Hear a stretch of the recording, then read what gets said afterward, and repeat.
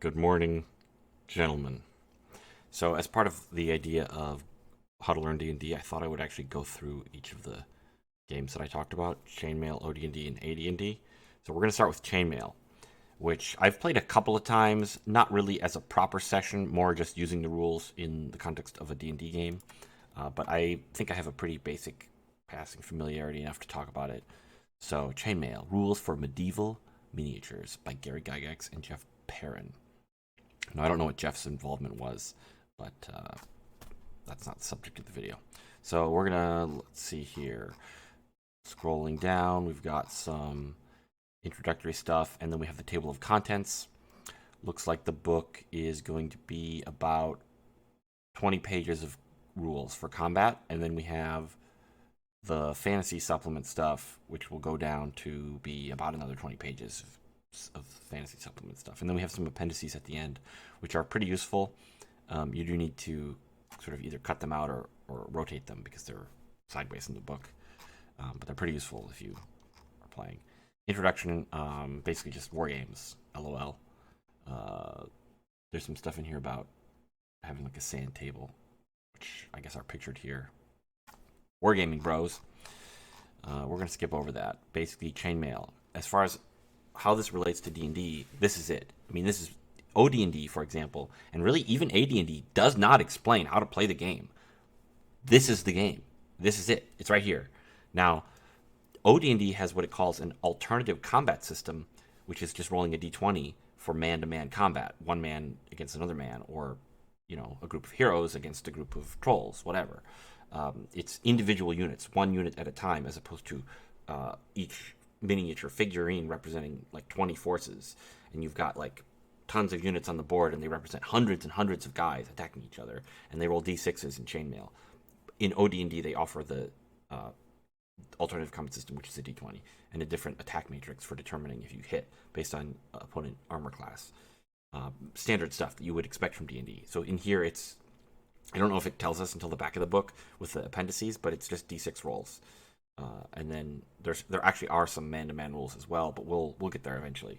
So this is it. This is D&D that has never been explained to anyone, and is never told that it's here. This is it. This is the actual game, because corporate D&D is based on the basic set from Moldvay, Tom Moldvay in 1981. Like OSE and 3rd edition and 4th edition and 5th edition are all based on basic, which is a different combat system. It's not this combat system. This is the combat system that is the actual game of D&D, which is, there's a couple versions here, the simultaneous or the move counter move.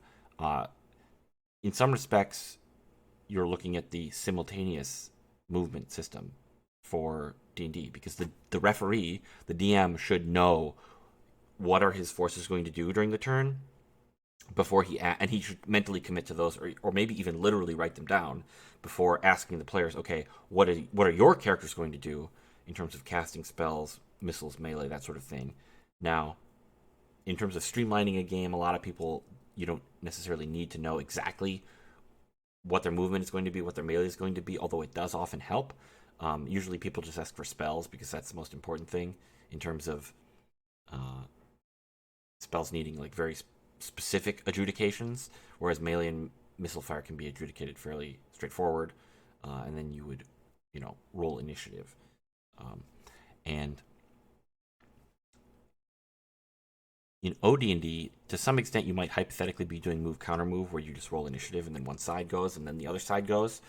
AD&D attempts to break this down with the introduction of segments, so that you can only move a certain amount during a segment, and you can only, like, spells take a certain number of segments, which brings you closer to the simultaneous movement system, and then just using segments to adjudicate little differences in terms of what happens when. Uh, the segments will break ties, basically, in terms of simultaneity. But otherwise, you might have a staggering of things where, like, this first the players have something happen, then the monsters have something happen, then the players, then the monsters, then the players, then the monsters, because the segments are just sort of end up being interleaved with each other in terms of when melee or missiles or a spell goes off, or when the cleric can turn, that sort of thing. I don't know, is what it is. But this is the system. And you'll notice something important here, which is movement happens, artillery fire happens, missile fire happens, and then melees are resolved last.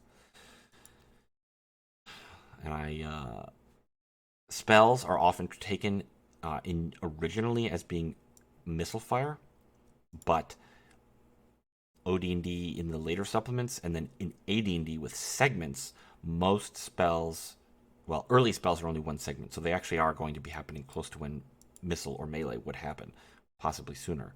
But later down the line, segments of high-level spells are like 7th level spells, 7 segments typically, and the cleric spells are also all, even at first level, are often like 3 or 5 segments long, so they're going way later in the round after melee.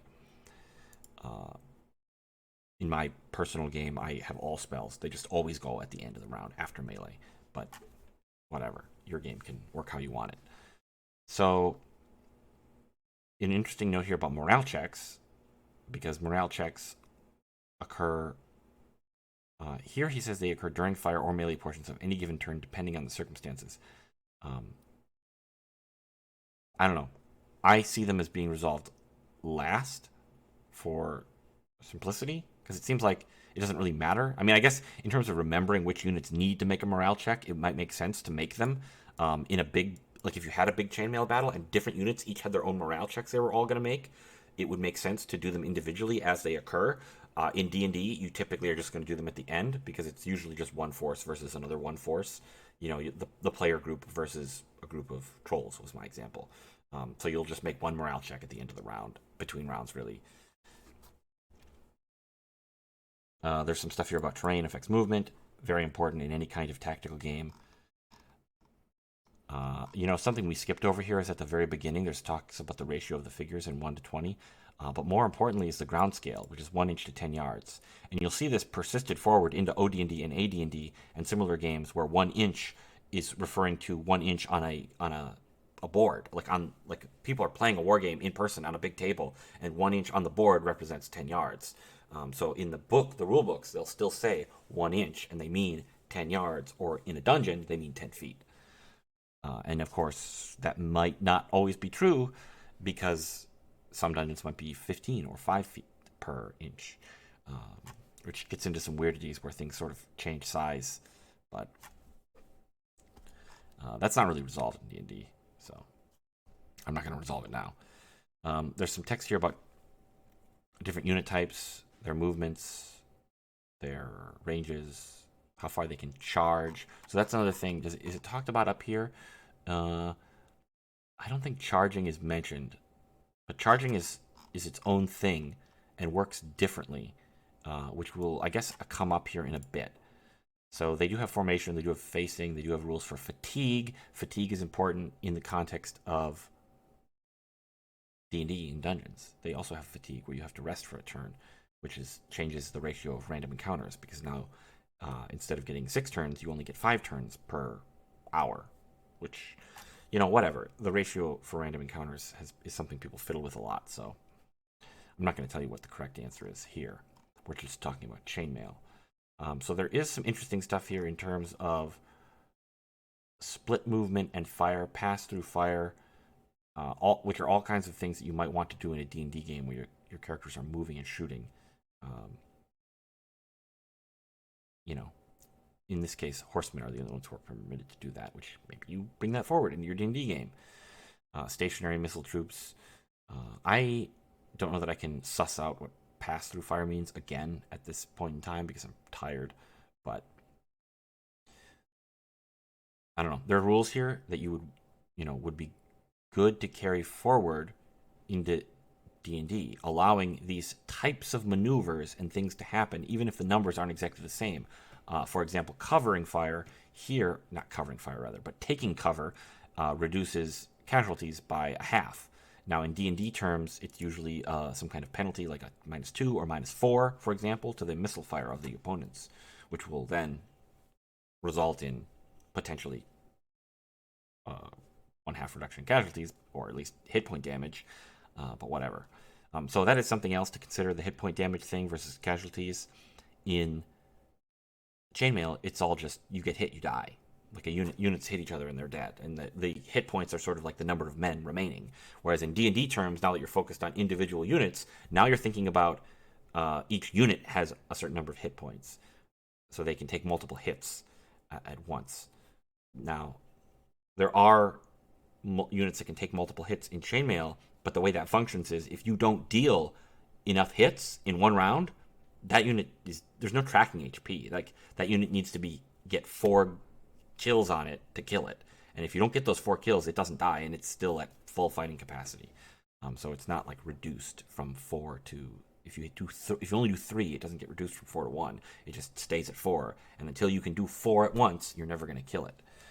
That happens for things like I don't know, maybe an ogre. I don't know exactly the stats for the fantasy units, but we'll get there eventually. There was something I wanted to see here. I was hoping there was something about charging. There's cover. There's gunpowder weapons, which is pretty cool stuff here for determining how bombards and that sort of thing actually hits. Melees, yes, melees. So charging. Charging move is permitted only when melee contact is expected during some portion of the turn. So that's another thing with Chainmail that you don't really get. This is one of the big differences between the basic combat system from BX 1981 and forward D&D, like corporate D&D after that, and then Gary Gygax's Chainmail D&D. Melee engagement is where 2 units move up to each other, and they don't make attacks on that round, which has big important ramifications, because if it takes a full round for units to just move up and be ready to fight next round, that means that now missile fire and spells are more important, because all those spells that took 7 segments or whatever to cast, the melee units just moved into each other, and then your spell goes off before melee even happens. Now, that's not completely practical in most cases, just because of charging. Charging here is how you charge move, and you deal damage immediately. Now, in this context, charging is something where units will literally charge through and actually wipe out enough of the enemy that they move past them. In practice, in D&D, because units have hit points, that doesn't necessarily happen, but it does get represented in AD&D, where a charge allows immediate melee, and there's even additional bonuses. There's a +2. There's some bonus to hit. I don't think it's actually +2. In my games, I run it in a very simple +2 -2 format, where you charge, you gain +2 to hit, and when you lose to 8 points of AC while you're charging because of whatever. I think in AD&D, the numbers work out a little differently. I think it has to do with your dexterity bonus, but I don't deal with like fiddly stuff like that, so I just make it a flat 2-2. But I think in AD&D, you're going to want to look at the dexterity in terms of charging. Morale. There's morale systems in OD&D and in here, and then incidentally, this one is actually a D. Is this a D100? I think it is, which is funny because I think in basic it's a 2d6 roll, which does imply that the D100 has always been used for morale, as far as OD&D chain, and then AD&D finally makes it explicit with a D100. I almost want to go look, because I swear I thought OD&D used 2d6, but I'm not going to look now. We'll get to OD&D eventually. This video is already running insanely long, and I don't really want to go into too much. I mean, there's information here about flanking and rear attacks and recruiting and routing. Mostly what I want to get at is the idea that all of these things are the kinds of things that need to be in your game for it to feel like a true war game, for it to feel like really skirmishing between forces. You need things like flanking, rear attacks, you need the charging, you need the potential for horse archers, you need the potential for, obviously in dungeon context, you probably won't have horse archers, but I think elves are permitted to do split move fire, which I don't know how accurately that's represented in AD&D, but in OD&D, I think it's explicitly, it's assumed that you're looking at chainmail for elves, and elves in here in the fantasy supplement are described as being able to split move and fire, I think on foot. We'll double check that, because I'd be worried if that was wrong, but I think I'm gonna just skip over the rest of this, because I kind of want to show you boiling oil, that sort of thing. Man to man. So there's some other stuff here about man to man, which I think might get into some of the things that AD&D does in terms of weapon length, but I'm not sure. I guess I could do a Control F for the word length. See if it appears here. Something about like here, the length of the weapon prevents the defender, even with the ability to get the first blow. Yeah, I don't know. I'm not gonna. I don't want to go in. I don't want to go into every little detail about this, but this is certainly all good stuff to look at to kind of inform mentally how you run D&D as a referee. And we do get into the fantasy creatures here, and elves split move and fire, even though they are footmen. What I tell you, maybe I even got the orcs, ogres correct. I don't know if ogres are in here. Something else to mention is, I guess we'll see them at the back of the book in the appendix table. They do have the idea of wizards. When you look at the superhero and the heroes and superheroes. So in Chainmail, a hero is a certain type of unit, and a superhero is a certain type of unit. Those are basically fighters. And in OD&D, you can see that those names persist. The fighter class progression at level 4, I think, the fighter is a hero, and at level 8, he's a superhero. Meaning D&D is sort of a backwards. It looked at what the characters could do here, and the wizard is the same way, where the wizard has all these crazy spells he can cast, like phantasmal forces and concealment and fireballs and all that. And those are higher level abilities in D&D terms, because the wizard here, I think that's also the class name for a character, magic user character who is level, I don't know, somewhere in like the 8, 9, 10 range, I think. To give you an idea, D&D is pulling way back and saying, okay, who were these people? Before they were so powerful that they could go onto the battlefield and sling fireballs, before they were superheroes who could one-shot a dragon, who were they? D&D is going to follow you through that journey of becoming those characters in terms of power level. So that's something to keep in mind, something good to know about. Something interesting is that they do, I think, have spell complexity in here as an optional rule, which determines when spells take effect. Something that's been like filled with throughout OD&D and AD&D. OD&D has its own bizarre system of like modified dexterity, and no one, as far as I know, no one uses that. Maybe there's some guy out there running his home game who uses it, but AD&D then introduces segments. So there's different ways of handling it. Like I said in my personal game, I just put all spells at the end of the round always, but you know, that's actually a big change from AD&D, where a sleep spell can go off in one segment. Yeah, so here's all the fantasy creatures, magic stuff. We do want to get into the appendices, and these are going to be hard to read because they are sideways, and I'm not prepared to fix them. But we can look here and see that the hero, this is a 2d6 roll. The hero, for example, can shoot at a dragon, and he needs a 12. He needs to roll a 12 on 2d6. He could have a magic weapon. That's a +1 on the roll, so now he needs an 11. He could have a +2 magic weapon, hypothetically. Now he needs a 10.